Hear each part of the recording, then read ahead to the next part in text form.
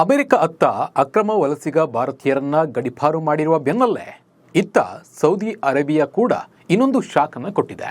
Saudi ತನ್ನ visa ನಿಯಮಗಳಲ್ಲಿ ಸಾಕಷ್ಟು ಚೇಂಜ್ ಮಾಡಿದೆ. ಭಾರತ ಮತ್ತು ಪಾಕಿಸ್ತಾನ ಸೇರಿದಂತೆ 14 ದೇಶಗಳ ಪ್ರಯಾಣಿಕರಿಗೆ ಬಹು ಪ್ರವೇಶ ವೀಸಾವನ್ನು ನಿಷೇಧಿಸಿದೆ. ಹಾಗೆ ಹಜ್ ಯಾತ್ರೆಗೆ ಹೋಗುವವರಿಗೆ ಸೌದಿ ಶಾಕ್ ಕೊಟ್ಟಿದೆ. ಈ ಬಗ್ಗೆ ಸಂಪೂರ್ಣ ಮಾಹಿತಿಯನ್ನು ನೀಡ್ತೀನಿ. ನಾನು ನಿಮ್ಮ ಶಿವರಾಜ್ ಬಾಣಂಕಿ. ನೀವು ಸುದ್ದಿಯಾನದ ಸಬ್ಸ್ಕ್ರೈಬರ್ ಆಗೋದನ್ನು ಮರಿಬೇಡಿ. ಹಾಗೆ ಈ ವಿಡಿಯೋವನ್ನು ಕೊನೆ ತನಕ ನೋಡಿ.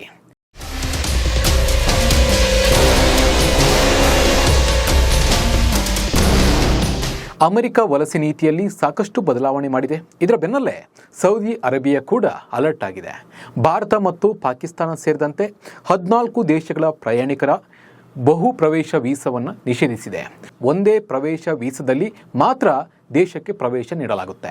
ಈ 14 ರಾಷ್ಟ್ರಗಳ ಪ್ರಯಾಣಿಕರು ದೀರ್ಘಾವಧಿಯ ಭೇಟಿ ವೀಸಾಗಳಲ್ಲಿ ಮರುಭೂಮಿ ರಾಜ್ಯಕ್ಕೆ ಬರುವ ಮೂಲಕ ಅನಧಿಕೃತವಾಗಿ ಹಜ್ ಯಾತ್ರೆ ಮಾಡುವುದನ್ನು ತಡೆಯಲು ಈ ಒಂದು ಕ್ರಮವನ್ನು ಜಾರಿಗೆ ತರಲಾಗಿದೆ. ಇತ್ತೀಚೆಗೆ ಅನಧಿಕೃತ ಹಜ್ ಯಾತ್ರಿಕರು ಸೌದಿಗೆ ಒಂದು ಪ್ರಮುಖ ಸವಾಲಾಗಿ ಹೊರಹೊಮ್ಮಿದ್ದಾರೆ. ಇದರ ಪರಿಣಾಮವಾಗಿ ಜನದಟ್ಟಣೆ ಉಂಟಾಗಿದ್ದು, ಕಳೆದ ವರ್ಷ ತೀವ್ರ ಶಾಖ ಮತ್ತು ಜನದಟ್ಟಣೆಯಿಂದಾಗಿ 1200ಕ್ಕೂ ಹೆಚ್ಚು ಯಾತ್ರಿಕರು ಸಾವು ಸೇರಿದಂತೆ ದುರಂತಗಳಿಗೆ ಕಾರಣವಾಗಿತ್ತು.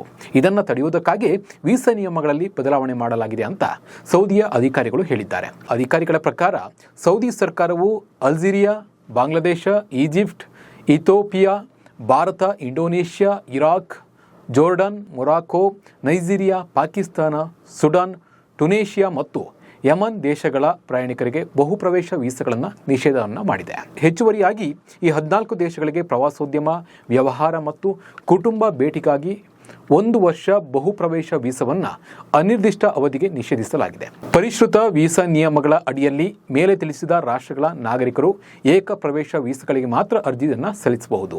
ಇದು 30 ದಿನಗಳ ಅವಧಿಗೆ ಮಾನ್ಯವಾಗಿರುತ್ತದೆ. ಇದು ಸಂದರ್ಶಕರು ದೇಶದಲ್ಲಿ ಗರಿಷ್ಠ 30 ದಿನಗಳವರೆಗೆ ಉಳಿಯಲು ಅನುವು ಮಾಡಿಕೊಡುತ್ತದೆ. ಹೊಸ ನಿಯಮಗಳು ಹಜ್, ಉಮ್ರಾ, ರಾಜತಾಂತ್ರಿಕ ಮತ್ತು ನಿವಾಸ ವೀಸಾಗಳ ಮೇಲೆ ಪರಿಣಾಮ ಬೀರೋದಿಲ್ಲ ಅಂತ ಅಧಿಕಾರಿಗಳು ತಿಳಿಸಿದ್ದಾರೆ.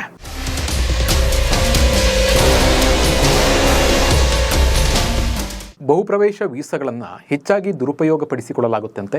ವಿಶೇಷವಾಗಿ ಈಗ ನಿಷೇಧಿಸಲಾದ ದೇಶಗಳ ಪ್ರಯಾಣಿಕರು ಕೆಲಸಕ್ಕೆ ಹೆಚ್ಚು ಕಾಲ ಉಳಿಯಲು ಅಥವಾ ಸರಿಯಾದ ಅನುಮತಿ ಇಲ್ಲದೆ ಹಜ್ ನಿರ್ವಹಿಸಲು ದೀರ್ಘಾವಧಿಯ ವೀಸಾಗಳನ್ನು ದುರುಪಯೋಗ ಪಡಿಸಿಕೊಳ್ತಾರೆ ಎಂದಿದ್ದಾರೆ ಅಲ್ಲಿನ ಅಧಿಕಾರಿಗಳು. ಸೌದಿ ಅರೇಬಿಯಾ ಹಜ್ ತೀರ್ಥಯಾತ್ರೆಯ ಬಗ್ಗೆ ಕಟ್ಟುನಿಟ್ಟಿನ ಕ್ರಮವನ್ನು ಕೈಗೊಳ್ಳಲಾಗುತ್ತೆ.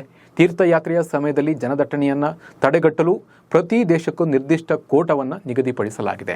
ಆದಾಗ್ಯೂ ಕಟ್ಟುನಿಟ್ಟಾದ ಮಾನದಂಡಗಳ ಹೊರತಾಗಿಯೂ ಇತ್ತೀಚಿನ ವರ್ಷಗಳಲ್ಲಿ ಜನದಟ್ಟಣೆಯು ಪ್ರಮುಖ ಸಮಸ್ಯೆಯಾಗಿ ಹೊರಹೊಮ್ಮಿದೆ. ಏಕೆಂದರೆ ಪ್ರವಾಸಿಗರು ಈ ನಿಯಮಗಳನ್ನು ತಪ್ಪಿಸಲು ದೀರ್ಘಾವಧಿಯ ವೀಸಾಗಳನ್ನು ಬಳಸ್ತಾರೆ. ಇದರಿಂದ ಸಾಕಷ್ಟು ಅನಾಹುತಗಳು ಈ ಒಂದು ಯಾತ್ರೆ ಟೈಮಲ್ಲಿ ಆಗುತ್ತೆ. ಇದನ್ನೆಲ್ಲ ತಡೆಗಟ್ಟಬೇಕು ಅನ್ನೋ ರೀತಿಯಲ್ಲಿ ಇವರು ಕ್ರಮವನ್ನು ಕೈಗೊಂಡಿದ್ದಾರೆ. ಕಳೆದ ವರ್ಷ 1200ಕ್ಕೂ ಹೆಚ್ಚು ಯಾತ್ರಿಕರು ತೀವ್ರ ಶಾಖ ಮತ್ತು ಜನದಟ್ಟಣೆಯಿಂದ ಸಾವನ್ನಪ್ಪಿದ್ರು. ಇದು ನೋಂದಾಯಿಸದ ಹಜ್ ಯಾತ್ರಿಕರ ಸಮಸ್ಯೆಗಳ ಬಗ್ಗೆ ಪ್ರಶ್ನೆಗಳನ್ನು ಹುಟ್ಟುಹಾಕಿತ್ತು. ಅಂಥ ದುರಂತ ಮತ್ತೆ ನಡೆಯಬಾರದೆಂದು ವೀಸಾವನ್ನು ರದ್ದು ಮಾಡಿದ್ದಾರೆ. ಇನ್ನು ಬಹುಪ್ರವೇಶ ವೀಸಾಗಳ ಅಮಾನತುಗೊಳಿಸುವಿಕೆಯು ತಾತ್ಕಾಲಿಕ ಕ್ರಮ ಅಂತ ಅಲ್ಲಿನ ಅಧಿಕಾರಿಗಳು ತಿಳಿಸಿದ್ದಾರೆ. ಸೌದಿ ಸರ್ಕಾರದ ನಡೆ ಹಜ್ ಯಾತ್ರಿಕರಿಗೆ ಸಂಕಷ್ಟವನ್ನು ತಂದಿದೆ. ಈ ಬಗ್ಗೆ ನಿಮ್ಮ ಅನಿಸಿಕೆ ಮತ್ತು ಅಭಿಪ್ರಾಯವನ್ನು ಕಮೆಂಟ್ ಮೂಲಕ ತಿಳಿಸಿ. ನಮಸ್ಕಾರ.